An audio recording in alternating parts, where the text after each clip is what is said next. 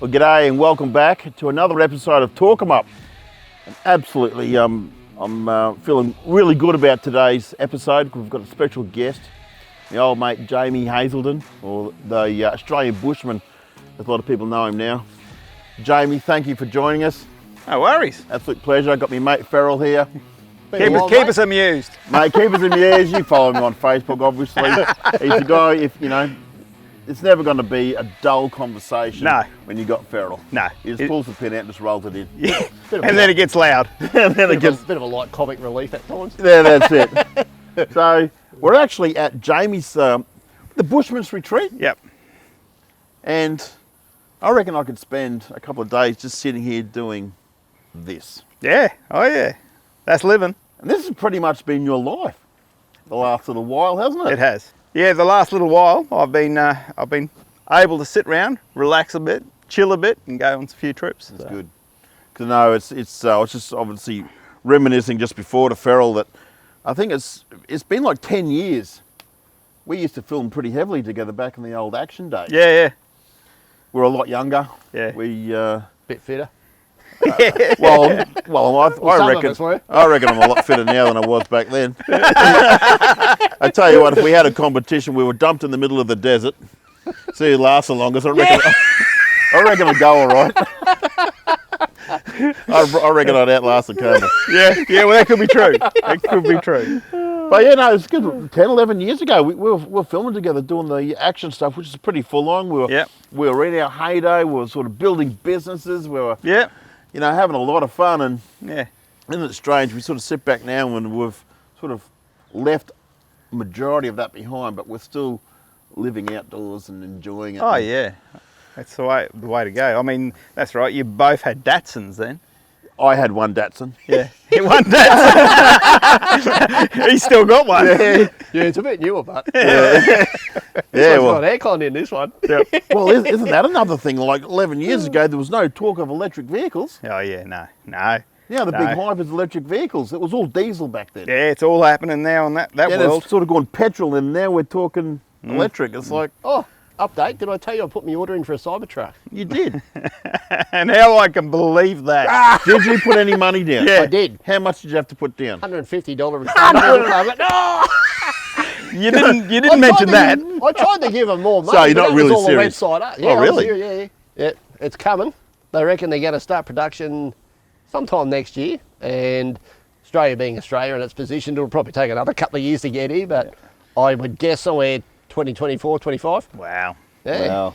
Well, we got lots to talk about today. I really want to dive in. Jamie. I really want to dive into Jamie's early beginnings, his life, because I know for myself, just talking to you, there's things you've just brought up in the 10 minutes before we started filming, and I've gone, wow, really? I had no idea. Yeah.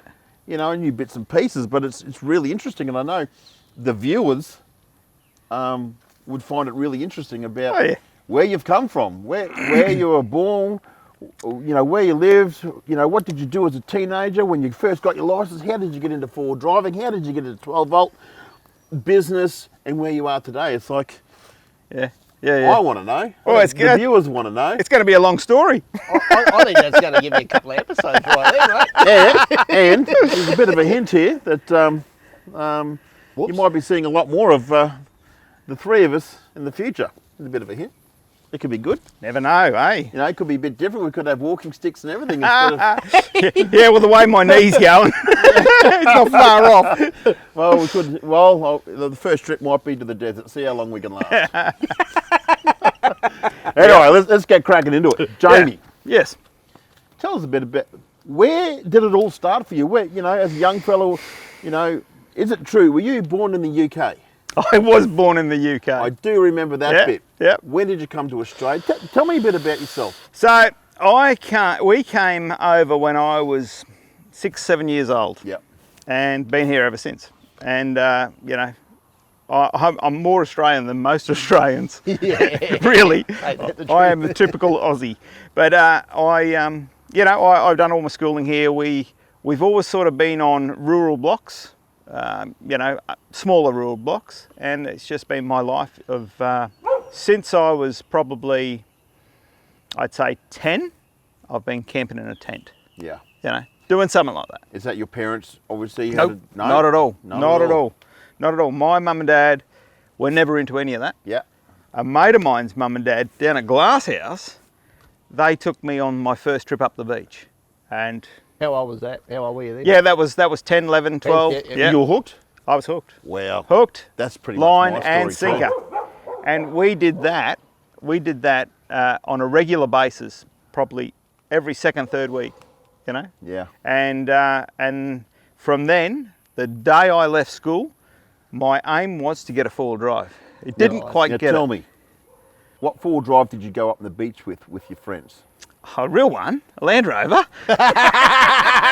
So I'm guessing when you got your license, you had. Is that an English You thing? wanted to do exactly that. Yeah. The same way because you had memories as a kid. Yeah, You wanted to buy the Land Rover, Yeah. get up the beach. yeah, And you did it. I did that. Exactly did I reckon that. that was a British thing. Yeah. No way in the world, Well, was mate, this, mate. I'm very similar. Yeah, Right? yeah.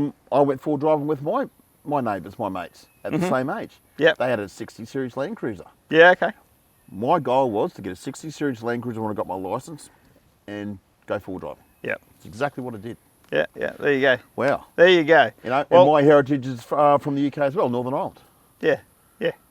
Yeah, well, I remember meeting your mum and dad years and years and years ago. Wow. Because I remember your mum used to make something in a container. I can't remember. Rocky Road. Rocky Road, that's what it was, Well, Rocky how good was Road. Yep. And it would be, here Glen, this is for the trip. I remember that. There you go. Well, you know, she still does it. Oh no, really? Yeah. There you go. There you go. I don't share it. She looks after you. Well, look, there's something to be said about that because obviously I've got all my family come from the UK. Mm-hmm. When they come to Australia, and a lot of them live here now from early on, and they have seen more of Australia than most Australians. Yeah, yeah, yeah. Here it's funny, majority of people grow up in an area and don't move out of that area. Mm-hmm. People come in from overseas and discover everything. Yep. That's So, so true. yeah. So true. It's so true. And then the Aussies don't go and look in their backyard, they go overseas. Yeah, Hence, COVID might be a good thing absolutely. for the Aussies. So. So there you go. So Series 1? No. I stepped up and went straight to a Series 3. Yeah. Yeah, Big Series time. 3. It was a Series 2. Had a wireless in it. Hey? Jeez, I don't know if I could hear it, but it might have. It might have. The later ones did. They definitely had a stereo in them. Yeah. Because I even got up to getting the CD player because they were all tape deck. Yeah. So Yeah. there was no CD players then. So Wow. And obviously 17 did that. Yep. Work life. So my work life was, I started as an apprentice spray painter and loved it to death. And In then Brisbane? Caboolture. Caboolture. Caboolture. And then from there I became a car restorer. So I just built show cars and really flash cars and stuff like that. And Do you have some photos of that we can show? yeah. Yeah. So Dan, make sure you get some photos of Yeah, that. yeah. Got plenty of cars that I built. Yeah, cool. I built. Any real cars like Land Cruisers and stuff like that? No, I actually did build a Land Cruiser once. We never finished it. No. Yeah. No. They all had big motors and nice paintwork and all that sort of And flash stuff. that sort of leads its way into every vehicle you've driven that I know you of in the last 11 years, like even your truck now. Yeah. You've built that, purpose-built that. It's not off the showroom floor. No. Everything you've driven Yeah. has been Yep. modified or built to suit you. Yep. Absolutely. 100% on I that. don't know one vehicle that's just off the shelf that No. you've driven. No, there is nothing. Yeah, There that is goes nothing. back to that, Yeah. spray painting, then Yep. building show cars. Yeah. Everything's got to be modified to suit. Yeah. So, yeah, love that stuff. Yeah, that's brilliant. So spray painter, then building cars. Yep. And where did the 12 volt? When did the 12 volt? So, He probably thought he was. This the is right a- Because guy. it was originally DSS. yep, Dynamic Solar Solar Solutions. Solutions. Yep. You'd have to be a bit of a bright spark for that one. Oh, you got that one? Cha-ching! Oh, I knew you'd bring him for something, eh? Anyway, I bring Dave for the smarts. yeah. Well, I he's can got lift that. heavy things. Yeah, He tells me what to lift. he's got it covered. He's got it covered.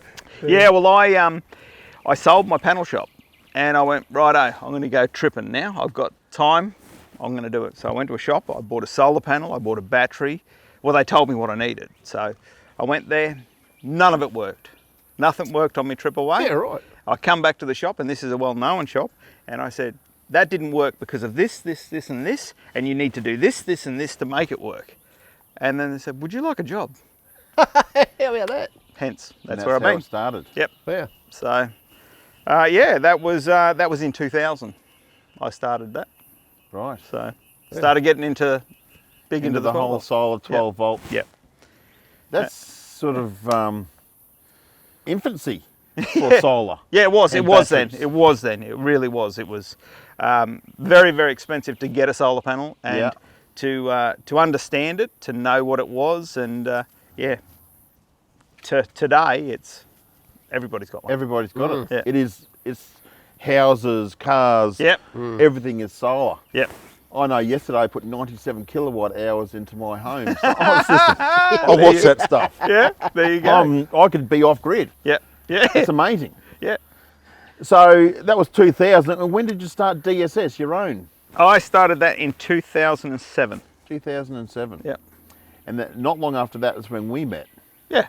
Yeah. We started filming together. Yep. I bought a Datsun. Yep. And I said, Jamie, it'd be brilliant to have a coffee machine out on our trips. That's right. Can you make it happen? Yeah. That's right. And you did. Yeah. There was 2 big ass batteries, a 2000 watt inverter in Yeah. the back of a Datsun Patrol, Yeah. and we were making coffees on the trip. And everybody was going, And wow. it just went ballistic after that. Yep. I remember You that. started that. Yeah. Yeah, I've started a lot of things. And I just wanted a coffee. And that's I would dare say that you started that in the whole industry, and it just went wildfire after that. Yeah. That's where it started. Yep. And it was at that same time, or probably a year before that, was when I bought my Land Rover 130 in, and 4-wheel-drive action days. They done a photo shoot on it, and I had a satellite dish on top of it for TV when you're camping, and yeah, that started that big thing too. So. And then Dynamic Solar Solutions, then into Jamie's Touring Solutions, JTS. Yes. Yep. So we changed the name for marketing purposes, so we could go online and do some other stuff, and yeah, that's what it run up until I sold it. 18 months, 2 years ago. And now it's JTS 12 volt. What made you sell it, mate? Life. Just at that time? Life. Yep. You've got such a big country. Yep. We've got so many places we can go and explore and see. Why not make the most of it and do it? So you gotta get one life, eh? You get one life. And the biggest thing I found when I had the 12 volt business was I had all these retirees coming in all the time, build them this ultimate setup for their caravan or motorhome, whatever it is, and then 12 months later, they've passed on. Okay. Oh, really? And then I've gone, there's just so much more to life. Yeah. Yeah. So yeah, Too soon, isn't it? I figured that was why with the filming on 4-wheel drive actions and all that sort of stuff, it was just so good. I could go away, do a trip. I got to do the stuff I love doing, but I got to actually think about the business at the same time. Yeah. And I enjoyed that part, and that was such a good thing. But then I just got to the point where there's so much more to life, and just do it. Drew a line in the sand and that's it. Yep. Yep. Now I'm going to wind back a little bit. There's something you said earlier, and it just resonated with me. Then I go, wow, that's so true, with different bits. GlassHouse Mountains 4-wheel driving. Mm-hmm. Did I hear correctly that you made a lot of those tracks in there? I would have made most of them. Yeah, because back when Wow. you and I, we're probably similar age. I'm Yeah. late 40s. I've clocked it. Are you 50 now? Yeah. And he looks better than me. Maybe we need to go out to the desert for a few weeks, drop us in the middle so I can lose a few kegs and get 10. But when we were growing up, I know when I was a young fella, we had our learners for 6 weeks when we were 17 and got our driver's license. We could drive a rotary, a turbocharged car, V8s, and that's what the young guys did. That's what we did. We had fast cars. Yeah. But then maybe 10 years later, the rules changed where you couldn't have turbocharged 6-cylinder cars, you couldn't have the rotaries or the V8s. Horsepower restrictions and all that. Horsepower restrictions, power to weight, all that sort of stuff. Yep. But during that stage, you weren't out drag racing, you were out building tracks in the GlassHouse Mountains. I surely was. And then, like, Wow. the next era, when young guys couldn't drive their V8s anymore, they were buying four-wheel drives. They had somewhere to go. Yeah. You can thank Jamie again. Yeah. That's the same. If you go through the different stages of your life, you really reflect back on what you've done. Yeah. Well, There's a lot of stuff that sort of... Well, when we were 14, 15, 16, before we got a licence, our parents used to take us down to Hussey's Creek, Coochin Creek and Bells Creek. We filmed down there. You took us down Yeah, there. I did. And they'd drop us off on a Friday night and pick us up on a Sunday afternoon.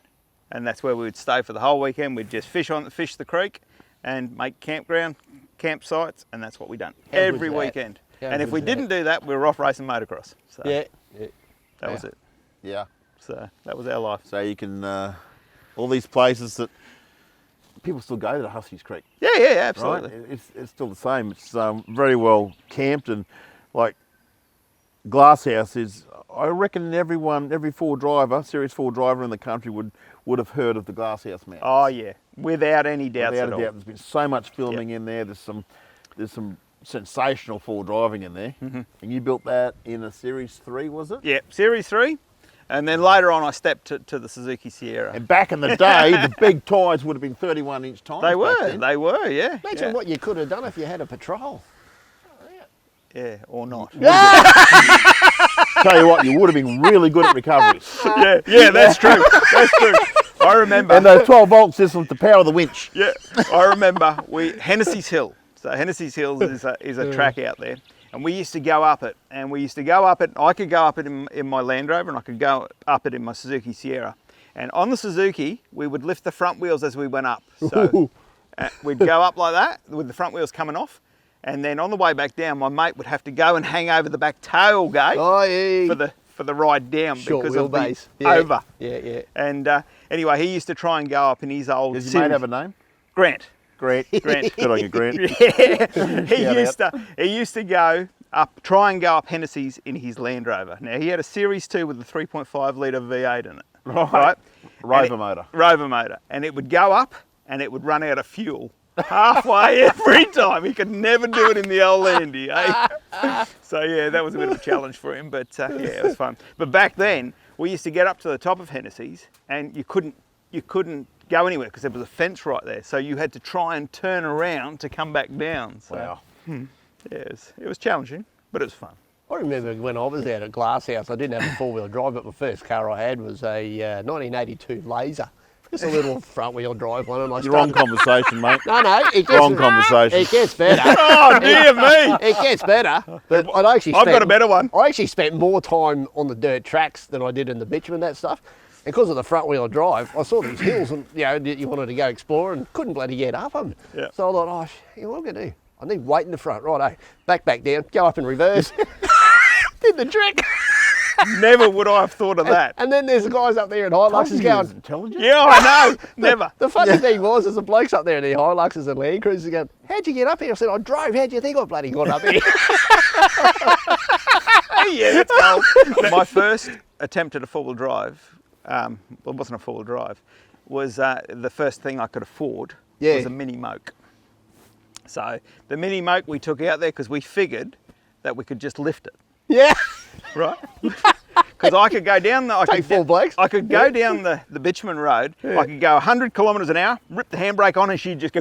I never had to worry about it tipping. Yeah, so it was pretty good like that. But the most important thing was we went out there and we've gone out round the mountains and we're going down and down and down and we couldn't get back out, eh? So we had to leave the old girl there and walk out and then get Dad to come and help us get it back out.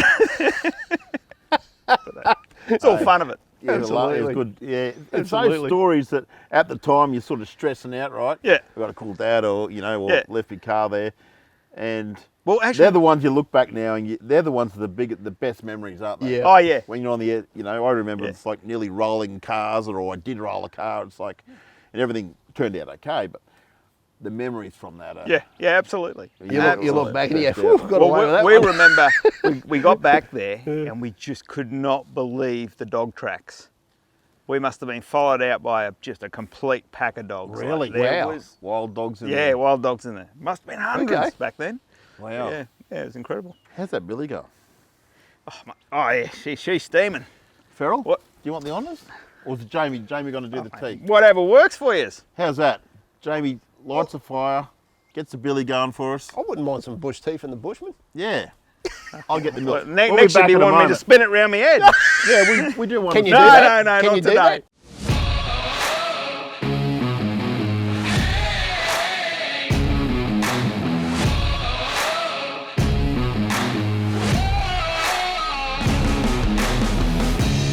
Cup of tea. In these TorquemUp episodes, Jamie, you might. I think you're a good influence on us. Because normally when we're doing our TorquemUp eps, we'll drink a bottle or two of whiskey. Oh, the pair of yous. So cheers to the Billy tea, mate. Cheers. Cheers. Thank you. Changing our ways. This is good. What a great setting. Bushman's Retreat. That's it. Bushman's Retreat. That I tastes know. better than a microwave, doesn't it? Oh, it does, doesn't it? No, it does. And this, you call this the The old farmhouse. the old farmhouse. Yeah. This place tells a lot of a story about you, Jamie. Like the Australian Bushman, the Bushman's Retreat, and the old farmhouse, mate. So, when did you get into the Bushman's Retreat? What's the whole premise? What's the thoughts behind that? And where was your head at? It's obviously part of a journey of exiting the work life and the travelling life and being with the bush. Yeah. I'm guessing. Yeah, absolutely. I mean, I love the bush. I mean, I can go up the back of the block here. You wouldn't know where I am, but I got the serenity to just sit there and go, I can come back to normal. You ponder things. you just don't have the stress and worry. But Bushman's Retreat, I was hoping to make into like a private campground. Council, nightmare, So it may happen one day. If it does, it does. If it doesn't, it doesn't. Doesn't matter. The place is, I've got what I want. I'm chilling here. We've done a few little fundraisers and stuff like that here, and camp outs and things like that. We have some driver training here. We do all sorts of different bits and pieces. But for me, it's just a zone where I can invite some friends over, just like we're doing right now. Yeah. We can chill out, around a fire, have a chat, watch the Bush TV. Yeah. You almost don't need to go travelling anymore, do you? Well, no. Well, that look. Can you? All Like, jokes I can aside, only imagine for the people that were locked in for COVID and stuff. Oh, Because I just Yeah. went down to North Lakes Yeah. the last few days, and I'm thinking, do people actually live in them places that are right on top of each other, right Yeah. beside? And I'm just going, I could never do this. Yeah. I could never ever do that because I don't need to leave this place for months. Yeah. If you know what I mean, I've got everything I need here, Yeah, so yeah. I'm tucked away nicely. Yeah. So it's nice. that's living in it. And when did you kick the Bushman's Retreat off? So it was, we actually put that name up probably 5 years ago. Yeah. As in, this is what it's going to be, Bushman's Retreat. Because at the same time, when I bought this place, it took me 9 months to buy this place because I had 100 acres of conservation on one side of me, and I had this diverse property that's got a full-blown rainforest on one side. I've got a gorge on the other side of it, and it's just natural. It hasn't been tampered with in any way. And then it's a walking path from Rocky Creek, which the Indigenous call the Bunya Mountains, heading to the Bunya Mountains. So I have a walking path running through here with scar trees and all sorts of things. So We'll get into the scar tree next. yeah, and it's fascinating, and I can walk this place all the time. Knee holds me up a bit at the moment till I Yeah. get a replacement, the old age bit. But anyway, once we get over that, we'll be right. But I can go and explore this place and find something new all the time. Yeah. So I love it. Another part of being with the land, I suppose, you filmed a couple of episodes with DushTucker Yes. when it first kicked off. Yep. And you'll be joining me again in some Yeah, filming in next season, which is sure the people out there will be happy to hear about that. Ah, I know I am. It'd be great. Yeah, absolutely. Doing some more travel, explore places. And I remember from those first episodes, which scar trees. You started talking about scar trees, right? Mm-hmm. Yep. And I get you're talking about Aboriginals in this area. You talk about scar trees again. So I just know when we're travelling down south, Yep. you're just walking through the bush, and you can tell a story by the tree. Yep. Yep. How did you get Yeah. into that? What was? Yeah. So It's just fascinating, I suppose. You were fascinated by that. yeah. It's so I do. I love the Indigenous culture of Australia. Yeah. It's so hidden. The stories have never been told. It's only white man wrote the history of this country. Yeah. Not the black fella. So Yeah, you've always had an interest in it as long as I've known you. yeah. Well, my truck's got a story on it Yeah. that tells you the Seven Sisters of Arnhem Land, which are the healing ladies, you know, and they're the elders, and they've painted it, so Yeah, they're right. on my journey wherever I go with me. Okay. That's but it's so in depth the culture of the country. But when you go to the scar trees, they have finger scars, you know, so they're looks like that, and it's pointing, so it's telling you there's something that way, or it might be that way, you know. So it's telling you it's that way, and they have all different ones. And I mean, I'm no expert at it, but it's what I've learnt from different people and them telling me the stories, from a double-sided scar to all this different stuff. And I think there was Chris was with us on that trip, Yeah. and he's Indigenous, and he didn't know nothing about his own background on that side Yeah. of things. And I thought, you know, and I shared a lot of stuff with him, so it was really good. And there was just so many of them. So, and you see, they make up north, they make the canoes out of them. Yeah. The So it's Kim- like stripping the bark off of the outer layer of the tree. yeah. And Yep. obviously it's the scar, I suppose, that's left behind that Yes. tells Yeah, the so story. so you They've might used it for a platter, or they've used it for a canoe. So a coolman, they call that the platter is Yeah. the coolman. They up north, and Kimberleys, they used them for shields, making a shield out of them too. So they had so many different uses, and it was just a common thing, you know, for using them. What about BushTucker? Oh, what here? Are you a BushTucker man? Oh, I like to learn a lot about BushTucker. Yeah, absolutely. Or is it like in Crocodile Dundee where he goes, you can live off it, but it tastes like... Well, you have got to have that open mind. Yeah. So I went up into Arnhem Land. You know you can And live I on don't it. know if you ever saw anything with what I've done up in Arnhem Land. I haven't yet. No, okay, so I'm up in Arnhem Land, and my aim, I rang Les Hidden, I messaged Les Hidden, the BushTucker man. Yeah. And I said, look, I'm going to Arnhem Land, and what can you tell me about the mangrove worms? You know, because I really wanted to know about them. And he couldn't tell me a lot. He just told me a couple of different ones, sort of thing. Anyway, so I'm over there in Arnhem Land, and Oh, this is part of your Australian Bushman series. it is all part of that sort of stuff. I yes. have seen it because that's on Track Yakka. Is that one on Track Yakka? Where did I watch that? I don't know. Anyway, Australian Bushman, seeing Jamie, you can watch Jamie on Track Yakka. Yep, absolutely. Anyway, so we're up there, and so the ladies took me hunting with them. So Really? yeah, so we spent. And I guess they love, my experience is they love sharing their background, what they know to you and I. The people that really want to know about They it. do to a certain extent, but these people actually do it. It's not just to show. Yep. They do it every day. So they hunt and gather. Yeah. Hunt and gather each day. So we hunt and gathered for 4 to 6 hours of the day, each day.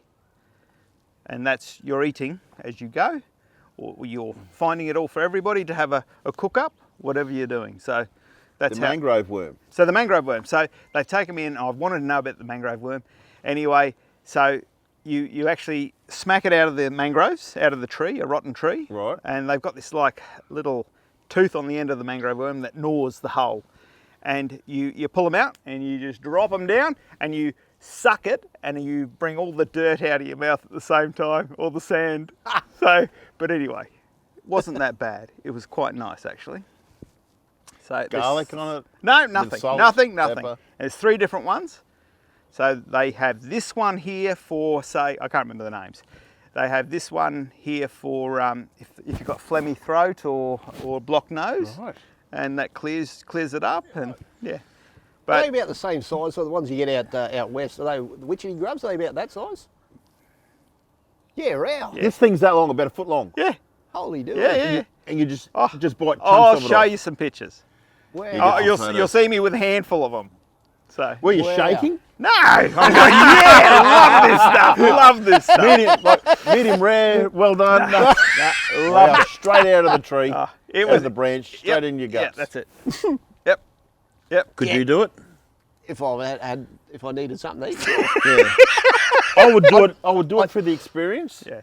I'd actually probably need But some wow, tomato so sauce. is that something you go, wouldn't mind going back to the Arnhem Land to have some? I honestly would go back and have some. Yeah. Okay. Because, like we I'll tell you another little story quickly after that one. So we go in there, we get those, we knock off some oysters at the same time, all that sort of thing, and just have a bit of a feed. Anyway, another day comes, and it's 3 o'clock in the afternoon, and they say, let's go and get some, whatever they called it, like a cockle shell. Yeah, okay. You drive, Jamie? Yep, I'll drive. So I get in the troopy and I drive, and I've got 10 or 12 of them in the back of the troopy. Yep. And they go, that way. Okay, so we drive. 2 hours have gone past, I'm still driving. 3 hours have gone past, it's nearly dark. We get to the place, we go in, yeah, there's crocs all along the beach everywhere and this, that and the other. And then we've got to go over here. So we go over to there and then they just get these cockle shells. They're like a pippy, but a lot fatter and bigger thing. Right. And they get them, and then they get these snails, and they get these other ones, and then we go back and it's just on dark then. And then we boil them up and we have a feed. And that was that. We drove all that way to do that. Okay. So you boil them up right there and then? Right there and then, and I we get fed they everybody. spit out the sand. Yep. I've done that with pippies before. Yeah. But these are a bit more flavourous than the pippy, because they don't add no salt and pepper and things like that. They might put no bacon or none of that. They might be a bit of bush herb of some kind or something like that thrown in, but that's about it. But I could do that. But at the same time, well, on the other part of the fire, we've got the pot this big, and we've got our 20 or 30 tea bags in there for a cup of tea as well. 20 or 30 tea bags. Yeah. So then we sit there, we eat this, and then the young fellas go, oh, stingrays, and then they start going out to get some stingrays, and then they're going barrels, as in crocs. so then they come back in. Yeah. We start heading back, and we had an unfortunate incident where a little kangaroo jumped out in front of me, and I'm driving. And my instant thing was to go and grab it by the tail, knock on the head, over. So I did that, and then I said to the girls, the ladies in the back, I said, I'm guessing you want that? Yeah! So I threw her up on the roof rack and we took it home. Anyway, we got back to camp. It was 12 o'clock, 1 o'clock in the morning. Yeah. So that's how long our little gathering was. Anyway, the next morning, when I got up, they had a platter on a plate of piece kangaroo there for me to eat. Cooked kangaroo? No, they hadn't cooked. It was raw, ready for me to cook. Yeah. Okay. Ready for you to cook. Yeah. Nice. So that's that's just the life of how they do it. So. And I get the feeling of going out there and doing that and being part of their life and learning how being part of what they're doing. Yeah. How they live their life is. It's just. I loved it. Yeah. I'll be really honest. It was the most comfortable I've ever been in my own skin being with those guys. Yeah. Wow. I was just in awe there the whole time. They don't judge you.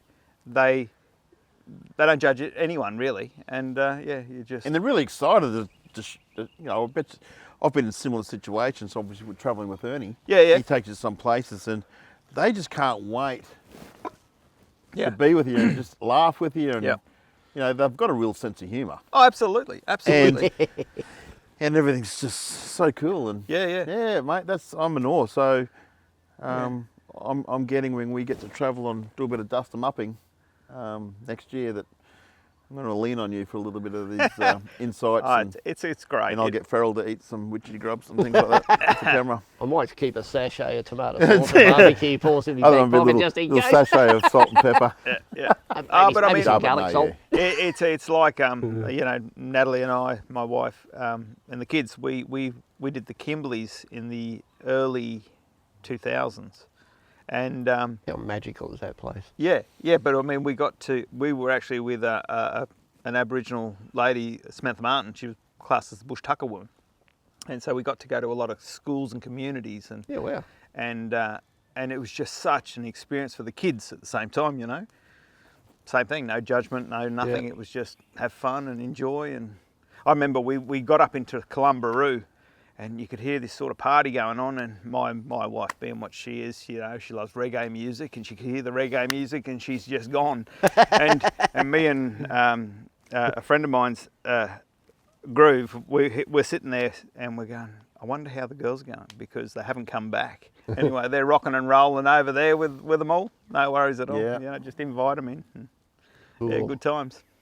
Now, wow, that's been a conversation. Well, I can go on and on. It's not that, but it's really good. I you think know? we're going to need another cup of tea. I think another cup of tea soon. Past. But is it being out in the bush? You've escaped a lot of this. I get you've just finished doing. What did you do? 7, 8 weeks at Cape York, was it? Was it 10. 10. Okay, rub it in. Yeah, you had to correct me there. 10 weeks, nearly 3 months Yeah. up Cape. Absolutely. So, Yeah, winter. What winter? you know, What COVID? Yeah. What COVID? well, that's Yeah. the point I'm trying to make. COVID. Yeah. You know, it's your last 12, 18 months, you've obviously been restricted with filming, but you've used that time to go and be in the bush Yeah. again. Yeah. Cape York. Yeah.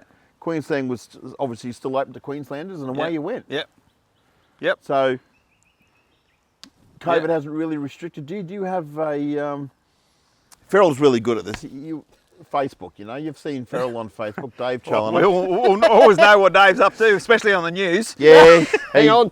He's throws his comments daily about the state leaders, about electric vehicles, Teslas, and all the bitcoins and The China property China. kaboom. China.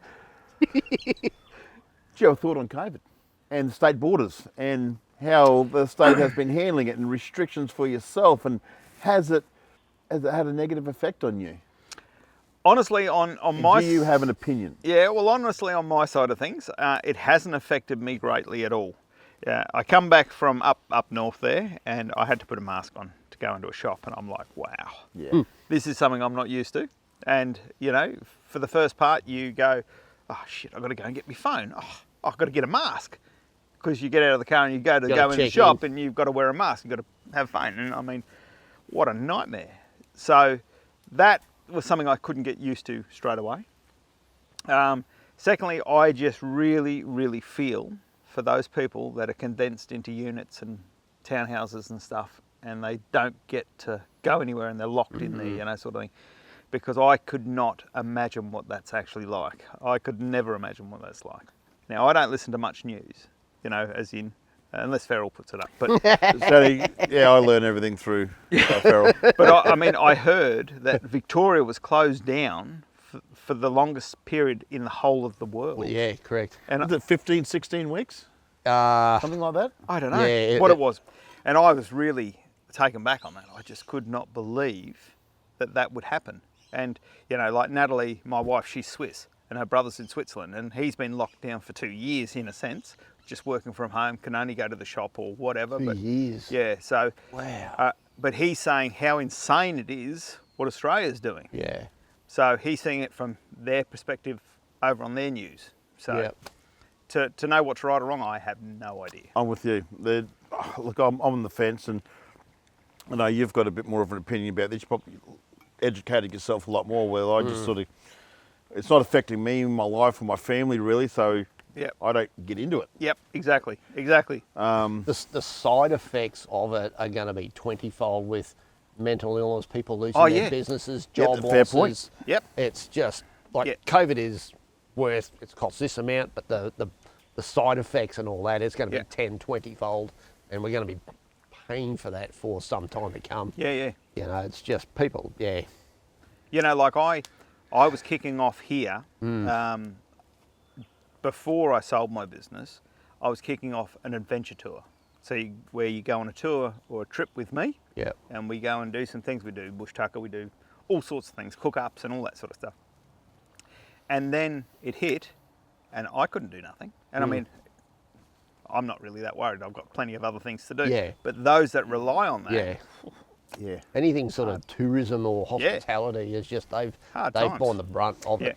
Airlines. Yeah. Who would ever have thought that an airline would, like, look at Virgin crashed. Yeah. Right. Crazy, eh? There'd be other airlines around the world that have crashed too. Qantas It's like, was so close. yeah, That's your national carrier. Where you know, and did the government just print more money to dig us out? I don't understand. That's for someone else. As far as I'm concerned, that's someone else's job priority. Yeah. My priority, I've got this to do. I hope that they do their job so that I can continue on doing mine. Yep, for sure. Absolutely. Well, you know, so you know more about that, Ferrell, about the government stance and the economy and where the money come from and how it all works. And I know last night you even said, you know, I don't know whether I should say that you predict another GFC. Yeah. Yeah. To what extent, I'm not that smart, but there is something bubbling away. And that's has to happen. Hey? Has to happen. Yeah. The interesting thing is that when the first GFC blew through town, all of the money printing and all that was done, that debt is still sitting on every country's balance sheet, including Australia. So nothing has been repaid yet. So it's just a print-a-thon at the moment. I don't think anyone really Where's sort it of get cares. repaid to? Who is Yeah. the master? Yeah. Who's the guy at the top? Yeah. Or the lady that's got all the money to? Where's it come from? It works between the central banks and the Treasury and the governments, and they all write it on a pretty little piece of paper called a bond, and that's how they do it. So it's just imaginary. It's a loan agreement. We're going to loan basically. you $20 billion to keep your country running. bond- But it never gets paid back because it's money out of thin air. A bond is a loan agreement, basically. And then they go, brrr, at the printers, and off they go. Yeah. Happy days. And no one ever has to really pay it back Well, they should be doing because they need to keep the economies going. Yeah, Is that right? Absolutely. Pretty much. Absolutely. Yeah. Pretty much. That's how the US do it. They just keep expanding the economy. As Yep. these bonds fall due, then they write new bonds, pay them out, Yep. and off they go again. Gotcha. Get a loan to pay the old So loan out So every couple of years, Wow. debt ceiling limit keeps going up. until it crashes. I think it's at like $20-something trillion, I think now, and every couple of years they meet and they increase it. And, Just zero it and start again. and that is what Australia's actually Doesn't doing now. worry you back in Bush TV land. No, does it? not at all. Not at all. Anyway, that's depressing stuff. Yeah. Let's talk about some fun stuff. Yeah. Your truck. My truck. Yeah, the evolution, or what you were saying before, Jamie, about, you know, you're coming from your Sierra and then your Land Rovers and now you've got your truck. Yep. The evolution of your driving and that, where are you sort of sitting with that? Are you full-on off-road expedition vehicle now, or are you still... Oh, look, Still like, yeah. I'm a big kid at heart still. You just I'm like your guessing toys. we're all the same, Yeah, you know? yeah. And I still like to go and have a play at the same time. Yeah. And I like taking the truck up to the Cape. And That's took, a bit of a beast. You got some stuff on there. yeah, and I took the buggy up and I took the boat up and I Yeah. took the whole lot as a Yeah. convoy sort of thing. And it was about, I needed to go into some really hard places to get stuck to make sure I could get out. That didn't happen. I didn't get really stuck or anything like that. So I haven't had the challenge yet, but where I want to go with some different trips I'm planning to do myself, I've got that's going to happen. So I've got a 25,000 pound winch in the back, 25,000 pound winch in the front. There you get out of jail cards. So they're my saviours. Yeah. So I just need to do a good test on it. And I mean, doing the teletrack and stuff like that was awesome. It was really good. I actually found doing Frenchman's a little bit harder because it was tighter between trees for my length. Plus I'm 3.2 metres high, so. I don't think the turning circle would have worried you after driving your 110. It's the same. No issue at all. I didn't have any issues. 32.2. No issue at all. I didn't notice any difference. Same with power. I don't notice any difference. So Cool. it's all good. No, it's I good. remember the first time that I've ever been in a expedition, it's pretty much as an expedition vehicle, was yours when we were doing first episode of Dustin, mate. Oh, I remember it too. Yeah, I know In you South do. Australia. Yep. Yep. We were zigzagging up one of these hills at, I nearly had the name of the place, I just can't remember, but we saw the sunset. The sunrise, sorry. Yep. absolutely magical. And coming down, that was quite interesting.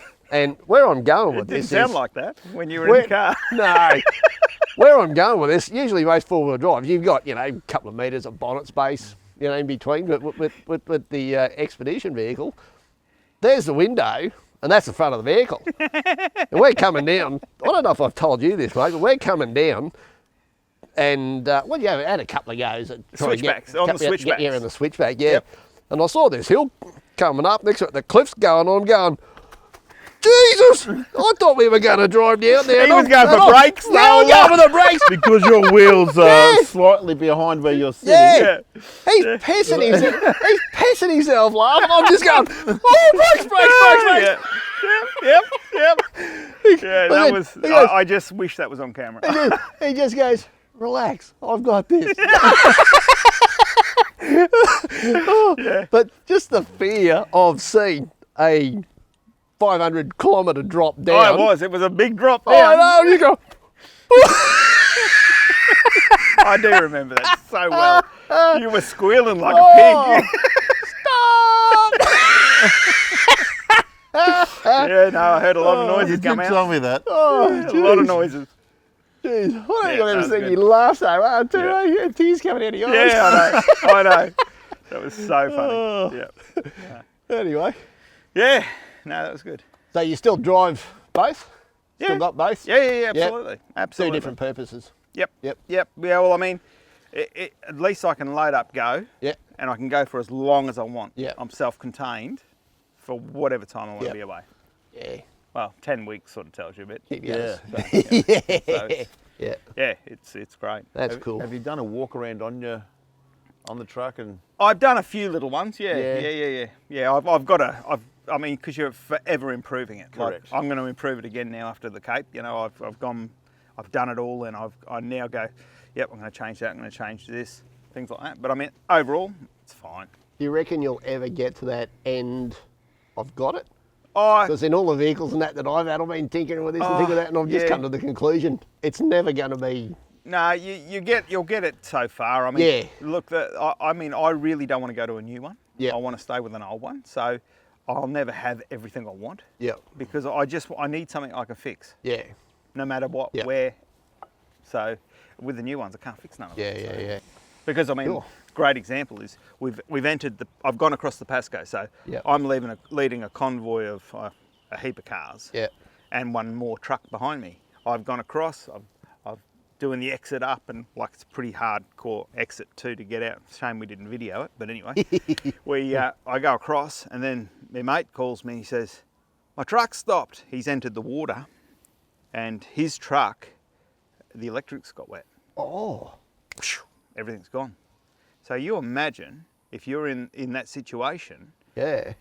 and you had no one with you, what Yeah. are you going to do? Because the water's already over 1 metre deep. Wow. You're in the water and you don't really know where to start. I mean, he's mechanically minded, so he knew where to look straight up. But I had to go up, take my trailer off with the buggy, reverse back down, like it's a pretty gnarly track. There's boulders getting into there. All that. Anyway, so I've reversed all the way back down, and then I've had to winch him across with my winch to get him over the other side, because it's too deep a water what he's in. So he had a buggy on as well. So Okay. 25,000 pound winch is a good thing to have, you know. Yeah. Anyway, got him across, no worries at all. Tilted the cab. It was an electrical box. It got water in it, dried it all out. Way it went again. WD-40. Yeah. But it's just little things like that. Absolutely. Yep. So If you're by yourself. oh yeah, I would, you know, or he was with just a four-wheel drive, it wouldn't be able to get him across, you know.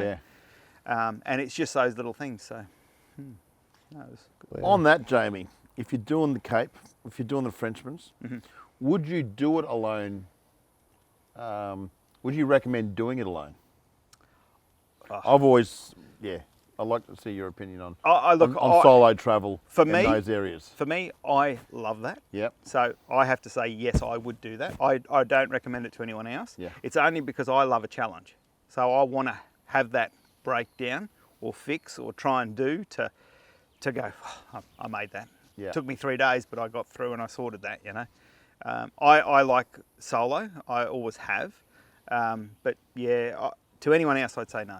I think the message is if you're going to do it, you've got to have a lot of experience. Oh, you do? behind Oh, you. you wouldn't do it as a novice. No. Crikey, no No. way. I mean, that was my 13th trip. So. Well, you've Yeah. probably got 35 years of experience behind you, which is Oh, yeah, brings yeah. me another thing. It's like there's a lot of four drive. There's a lot of people getting in off roads, SUVs, dual cab. It's massive. Our market is massive. Yeah.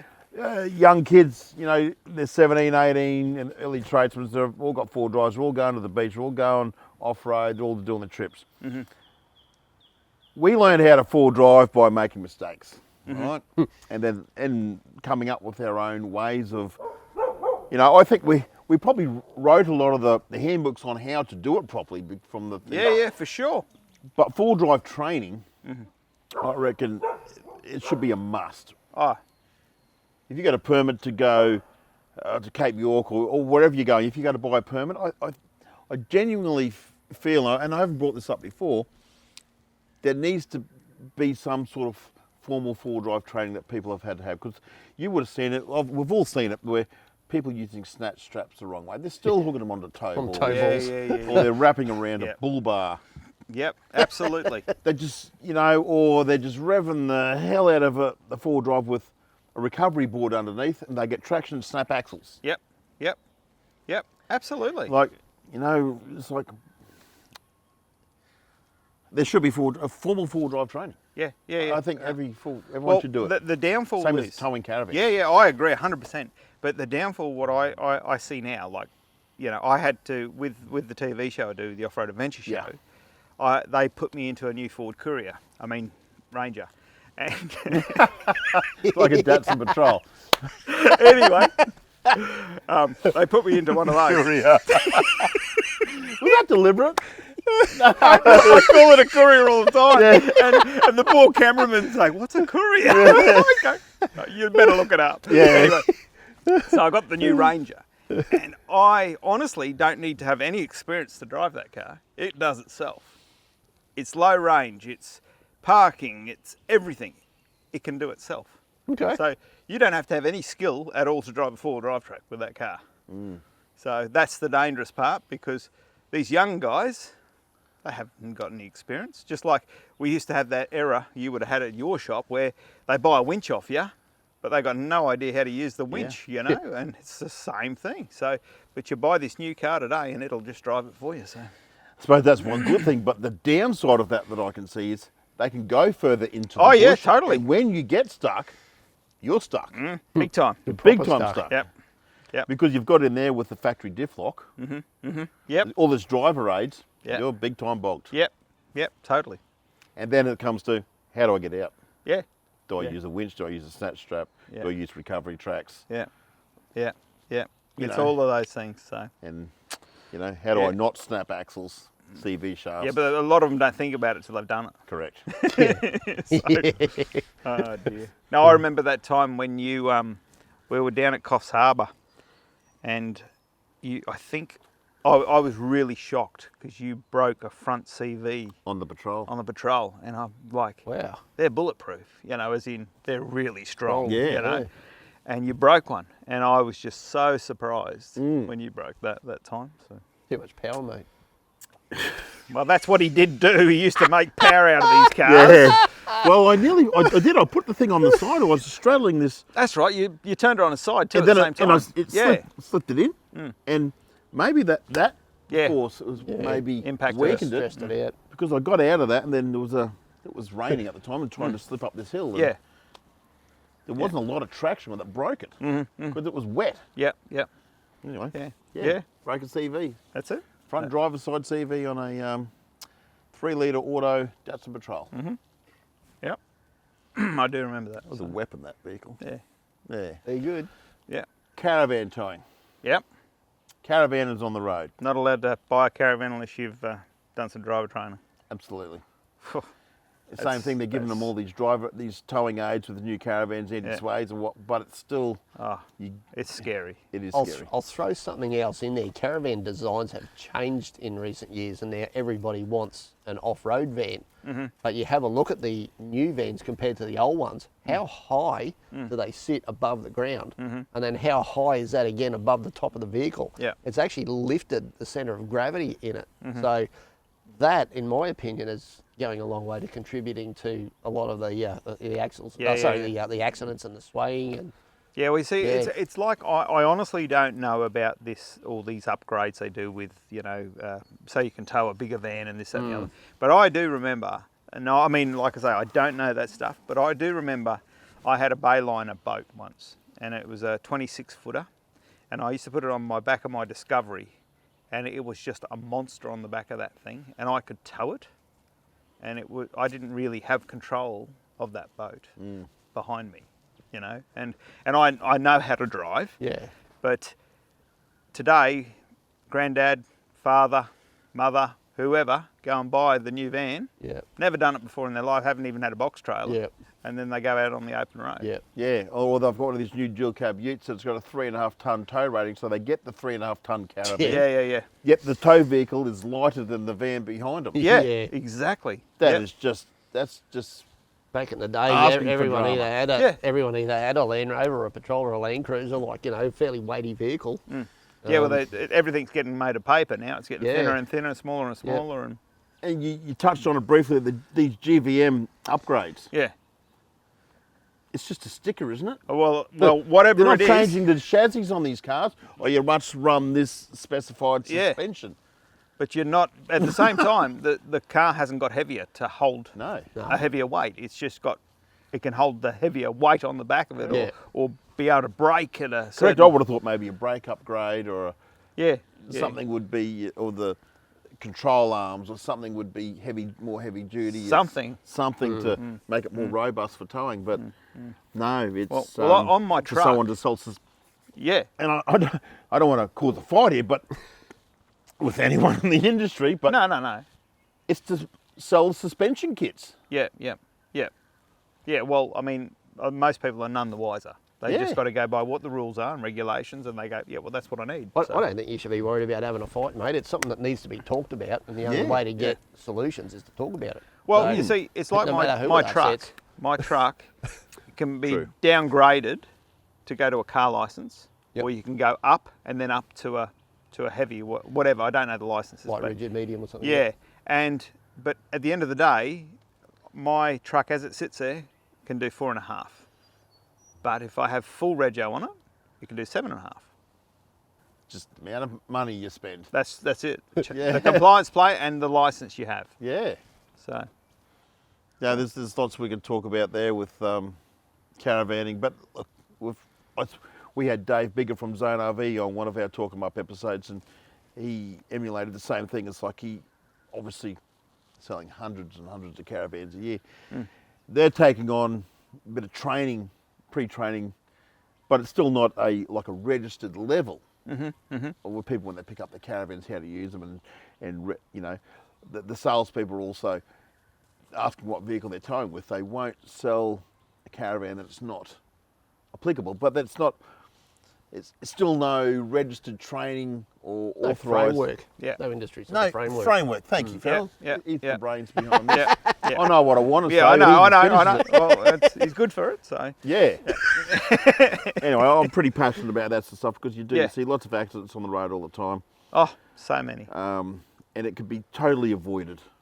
And everyone can still go and have fun, but they've got to learn how to do it properly. Yeah. Same as learning how to four drive or do recoveries properly, or tyre pressures and everything. Is Look, how that to use the winch. I mean, like, I know that all of us on the videos, on the TV, whatever it's been that we've been on, we've always talked about tyre pressure. It's a key. It's a key to it all.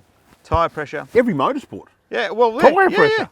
And up in Cape York, that's all I heard about was, should I let my tyres down? Should I do this? Or they don't do that, or we're stuck. Well, you better let your tyres down then. Yeah.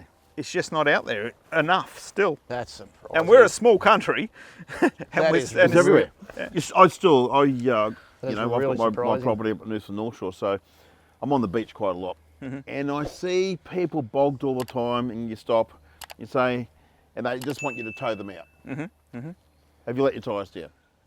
No. Can you just tow me out? No. Let your tyres down. Yeah, I've absolutely. upset a lot of people get upset at me. Hey, just let your tyres down. You drive out of that. Trust me. Exactly. Yeah.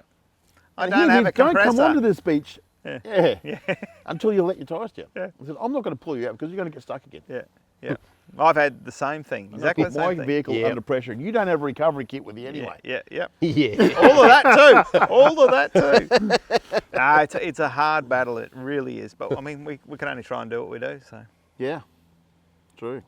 Jamie, it's a very, very important question I've got for you. It's something I ask every guest on TorquemUp. I want you can have a few minutes to think about this answer. Okay. It's very crucial. When stacking a dishwasher A dishwasher. cleans your utensils and plates and stuff, right? Knives up or knives down? Knives and forks up or down? Well, I've got to say, I don't need to think hard about that. What's a 'cause I wouldn't dishwasher? even know how to use a dishwasher. So I just hold it in my hand and I get the squeegee and I wash across the blade like that. Perfect answer. Thank you. I knew that'd be the answer. What's a dishwasher? What's my wife say? Well, Farrell, you got any more questions for Jamie? I know we could talk and talk for ages. I think Mate, the next time we meet, we're going to be filming together. We're going to be doing a lot of the stuff that we talked about today because I want to know more about your style of travelling. Yeah. From the action days when it was all about the biggest mountain you could climb, right? I've gone more the soft touring sort of Yeah, fair way. enough. Yeah. And you've taken on a different dimension of exploring the land in a different way. Yeah. Let's bring it back together again.